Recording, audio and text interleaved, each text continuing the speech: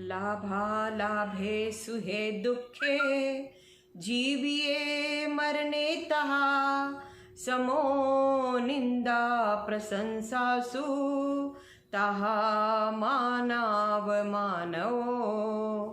इस पद्य का अर्थ बताया गया है कि मुनि वो है जो लाभ हो या हानि हो, सुख हो या दुख हो, जीवन हो या मृत्यु हो, मान हो या अपमान हो, यानी हमारी निंदा कोई करता है, कोई प्रशंसा करता है, उसमें सम रहें। सिर्फ मुनि के लिए ही नहीं अपितु हम गृहस्थ में रहकर इसे अपना सकते हैं। अनिस्यो इहम लोए परलोए अनिस्यो वासी चंदन कपोय असने अनसने तहा। कहा गया है कोई भी हमें विषैले प्रहार करें यानी इतना दुख पहुंचाएं या फिर कोई चंदन से लेप करें, कुछ भी कोई भी कुछ कहें, कभी कभी मुनि को भूखा भी रहना पड़ता है, लेकिन यह सारे समता के लक्षण हैं। हम समता में रहें, सम में रहें, दुख हो या सुख हो। कोई विषैले बातों से हमें प्रहार करते हैं, हमें सुनना भी पड़े, लेकिन सहन करें और सफल बने। अपाकत्ता विगत्ताय दुहानय सुहानय अपामित्तम अमित्तम च दुपट्टिय सुपट्टियो। कहा गया है अपनी आत्मा ही दुख सुख की करता है, यानी हमने जैसे कर्म किए उसी प्रकार हमारी आत्मा हमें सुख और दुख देगी। हमारी आत्मा ही हमारी मित्र है, आत्मा ही शत्रु है। अप्पा नई वेयरनी अप्पा में कुड़ सामली अप्पा काम दुहा धेनु अप्पा में नंदनम वनम। कहा गया है वेतरनी एवं कूट श्यामली नदी और वृक्ष के समान हमारी आत्मा सजग रहे, नंदन रहे, हम आत्मा को स्वच्छ बनाएं, हम पवित्रता को प्राप्त कर सकते हैं। जो सहसम सहसानम संगामे तुझये जिने एगम जिने जपानम एस से परमो जो। कहा गया है एक व्यक्ति एक और विजय प्राप्त करने के लिए 10 शत्रुओं को युद्ध में हरा सकता है तो वह सोचता है कि मैं जीत गया, विजय को प्राप्त कर लिया। लेकिन एक व्यक्ति अगर अपनी ही आत्मा से विजय को प्राप्त कर ले, अपनी ही आत्मा से जीत जाए, तो वह 10 लाख शत्रुओं से जीत कर भी हार जाता है और यहाँ पर अपनी एक आत्मा से जीतने वाला वह विजय कहलाता है। खामे मि सव्व जीवे सव्वे जीवा खमंतु में मित्ति में सव्व भुवेसु वेरम मज्जन के नई। कहा गया है इस जगत में जो भी 84 लाख जीव योनि हैं उन सब से मेरी क्षमा याचना है, यानी खमत खावना है।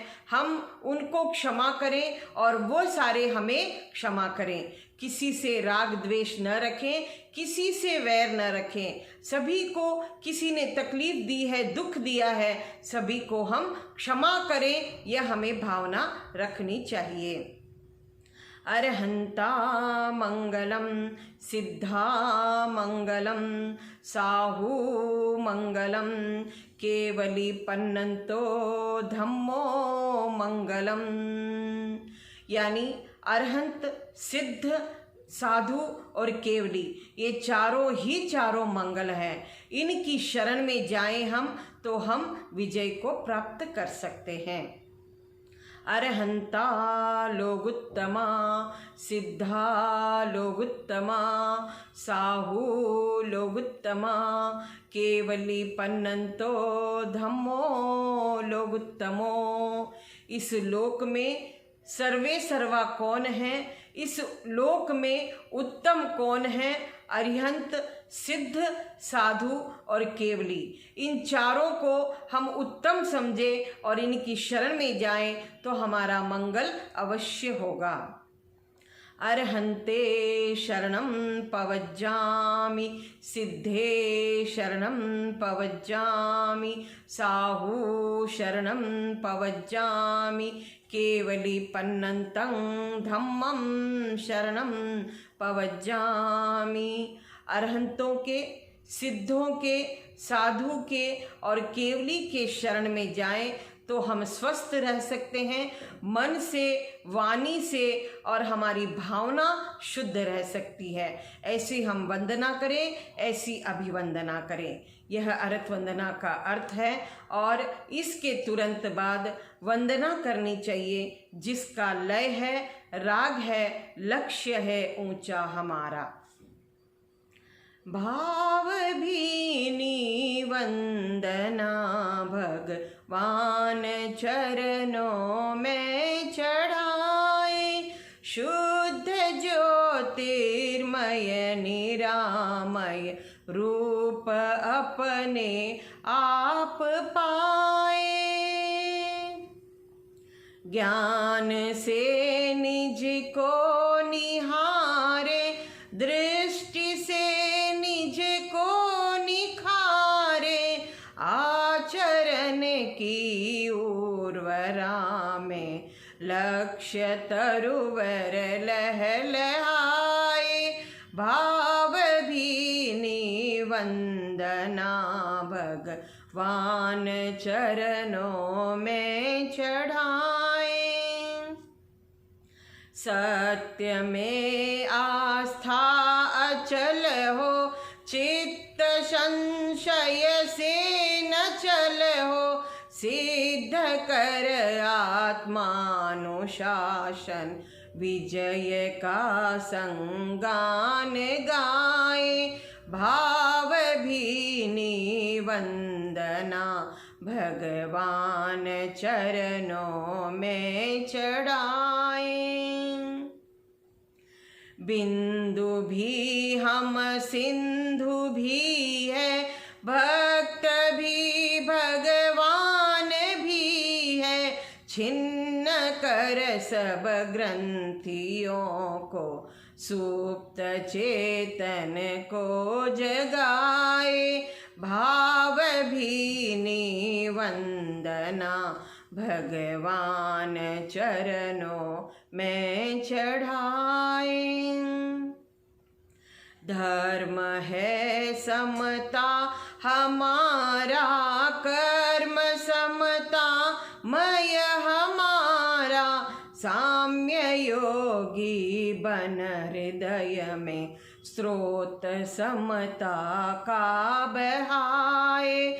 भाव भीनी वंदना भगवान चरणों में चढ़ाए। शुद्ध ज्योतिर्मय निरामय रूप अपने आप पाए। भाव भीनी वंदना भगवान चरणों में चढ़ाए। जय जिनेंद्र।